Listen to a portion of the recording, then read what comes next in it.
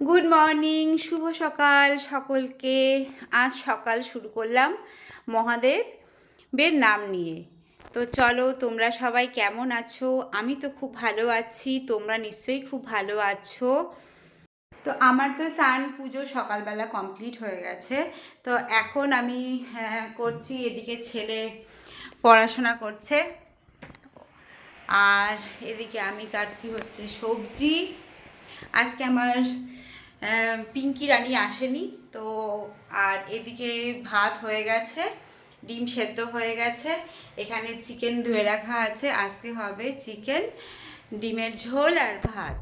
সবজি কাটতে না খুব একটা ভালো লাগে না, কেন বলো তো? মানে আমি কি জানি একটু অন্য মানুষকেই হয়ে যাই মনে হয়, তো আমার হাতটা কেটে যায়। তো ওই জন্য সবজি কাটতে খুব একটা ভালো লাগে না। পারি না তা না, পারি, বাট ভালো লাগে না। তো আজকে তো ও আসেনি, তো আমাকে নিজেই করতে হবে, আর নিজের কাজ তো নিজেকে করতেই হবে। ও গেছে, কাল হচ্ছে ওর কালকে তো মানে মকর সংক্রান্তি ছিল। তো সবাই মোটামুটি জানোই যে একটা মানে পুজো টুজো হয়, এরকম পিঠে ফিঠে হয়। তো যাই হোক, তো ওগুলো ওর বাপের বাড়িতে ওর নেমন্তন্ন ছিল। তো ওরা সবাই ওর বাপের মানে ওর নিজের বাড়িতে গেছে আর কি। তো মেয়েদের তো আহ, নিজের বাড়ি বলে কিছু হয় না, একটা হয় বাপের বাড়ি, একটা হয় শ্বশুর বাড়ি। এমনি খুব একটাও অ্যাবসেন্ট করে না। তো ও নেই, তো নিজের কাজ নিজেকেই করতে হবে। তাই রসুনটা ছিঁড়ে নিচ্ছি, পেঁয়াজটা ছিলবো, চিকেনটা করব আর ডিমের ঝোল করব। বুঝলে বন্ধুরা, একদিন যদি কাজের মেয়ে না আসে তাহলে তো মাথায় পুরো চাপ বসে যায়, কিন্তু অভ্যাস হয়ে যায় না, এটাই হচ্ছে ব্যাপার। মানুষ তো অভ্যাসেরই দাস। যাই হোক, তো ডিমটা চলো ছুলে নিই। একটু নিজেকে প্রেশার প্রেশার, নিজের ওপরে মনে হচ্ছে কি অনেক প্রেশার অনেক প্রেশার, কিন্তু কিছুই না। যেহেতু অভ্যাস হয়ে গেছে, ও যেহেতু এসে সবজিটা কেটে দিয়ে যায়, তো ওই জন্য মনে হচ্ছে অনেক দেরি হয়ে গেছে, অনেক দেরি হয়ে গেছে কাজের। তো যাই হোক, তো চলো ডিমটা ছুলে নিই। তো তোমাদের সাথে একটু বকবক করি আর ডিমটা ছুলে নিই। কিছুদিন আগেই এই মানে মেয়েগুলো গরম জল ফেলে ফেলে বেসিনের পাইপটাকে দিয়েছিল লিক করে। তো ওটা প্লাস্টিক জিনিস, তো বুঝতে পারেনি, তো লিক হয়ে গেছিল। চলো ডিমটা ছিলে নিই ফটাফট। মানে আমার 3-4 রকমের রান্না রোজ করতে হয়, কেন আমার ছেলে টোটাল নিরামিষ খায়। ও ছোট থেকেই নিরামিষ খায়, মানে ও পেঁয়াজ রসুনটা খায়, কিন্তু মাছ মাংস ডিম কিছুই খায় না। আর তোমাদের দাদাভাই হচ্ছে ডিম খায়, কিন্তু মাছ মাংস খায় না। তো এই নিয়ে আমাকে 3-4 রকম রান্না করতেই হয়, আর রোজ রোজ ডিম করতেই হয়। কেন ডিম ছাড়া কিছু খায় না। ডিম ডিম খায়, এমনি সবজি টবজি খায়। তো ডিমটা ওই জন্য রোজ রাখতেই হয়। আর আমি আমি তো হচ্ছে সব খাই। আমার মাছ মাংস ডিম, আমার ওরকম কোনো বাদ বিচার নেই যে আমাকে এটা খেতে হবে না, ওটা খেতে হবে না, ওটা খেতে হবে না। যেদিনটা মন চাইবে না যে না মাছ মাংস খাবো না বা ডিম খাবো না, সেদিনটা খাবো না। বাট এখন চাই, তাই আমি খাই। তো ওদের চায় না, ওরা খায় না, তখন কি করা যাবে বলো বন্ধুরা? তো ওই জন্য যারা চায় না তাদেরকে তো জোর করে খাওয়ানো যাবে না। তো ওই জন্য ওদের জন্য আমাকে 3-4 রকম রান্না করতে হয়। আর আমি আর মাঝখানে যা ঠান্ডা পড়েছিল না, ওই সকালবেলা ঘুম ভাঙছিল, কিন্তু উঠতে ইচ্ছা করছিল না। তো সেই অভ্যাসটা থেকেই গেছে, ওই জন্য একটু দেরি হয়ে গেছে উঠতে। তো যাই হোক, কোনো অসুবিধা নেই, হয়ে যাবে আস্তে আস্তে, কাজ হয়ে যাবে। তো নিজেকে এটা বলে আর কি সাহস দিচ্ছি যে না, ভয় পেও না, কাজটা হয়ে যাবে। আসলে অভ্যাস ছুটে গেলে যা হয়।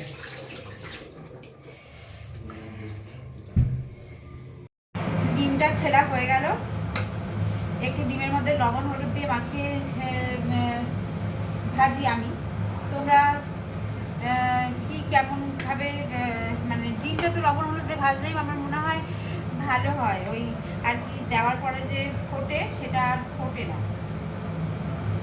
ডিম যা ফোটে বাবা গো, আমার দিদি তো ডিম ফুটে পুরো এখানটায় খোসা পড়ে গেছিলো, হয়তো কেটে দেয়নি নাকি কি জানি।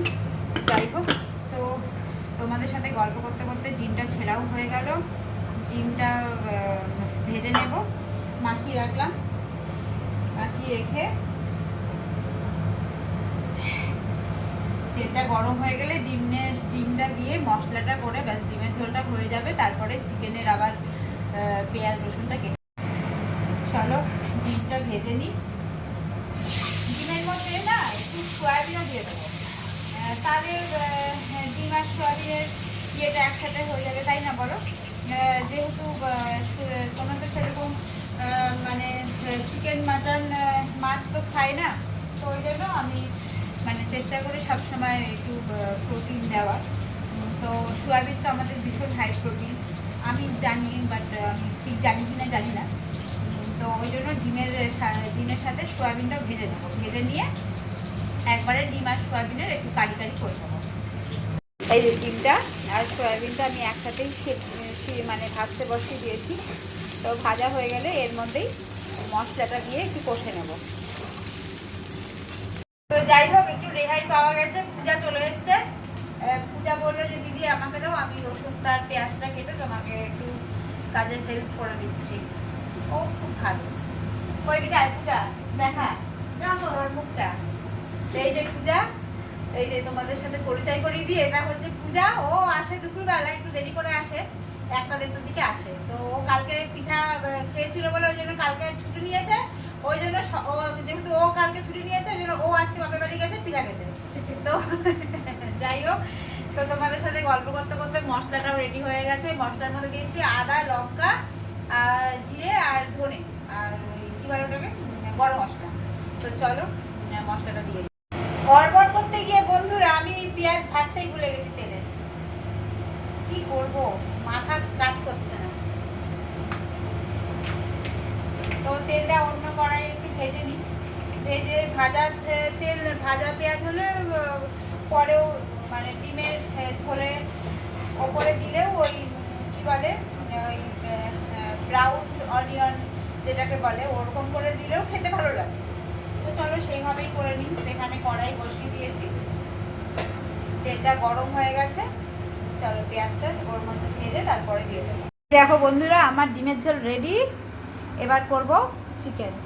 চলো, চিকেনের পেঁয়াজ আলু হয়ে গেছে। এখানে কড়াই বসিয়ে দিয়েছি আর ছেলের জন্য এখানে ঘুগনি বসিয়ে দিয়েছি।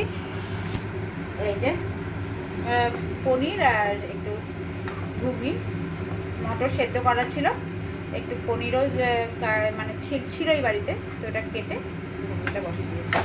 মশলা থেঁতা করে নিয়েছি, তেল গরম হয়ে গেছে, একটু দিয়ে দেবো। দিয়ে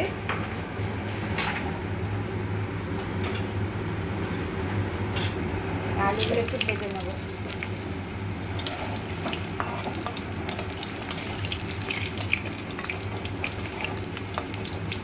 আমি আর আমার মাই খাই হচ্ছে চিকেন, আর পূজা খাবে দুপুরবেলা। তো ও তো আবার দেশি চিকেন খায় না, ও ওই মানে ব্রয়লার মুরগিটা হলে ও খায়, ও দেশি চিকেন খায় না। তো ও আমার ছেলে রান্না হচ্ছে, ওটা দিয়েই খেয়ে নেবো। এই দেখো চিকেনটা বসিয়ে দিয়েছি। আমি একটু চিকেনটা মশলা দেওয়ার আগে একটু ভেজে নিই। তোমরা কিভাবে করো আমাকে একটু কমেন্ট করো। আমি একটু ভেজে নিই, ওই গরম মশলা আর তেজপাতা সোমবারা দিয়ে পেঁয়াজটা ভেজে চিকেনটা দিয়ে একটু ভেজে তারপরে মশলা দিয়ে তারপরে কষি। তো তোমরা কে কীভাবে করো আমাকে একটু কমেন্ট করে জানিও, কেন আমি এইভাবেই করি।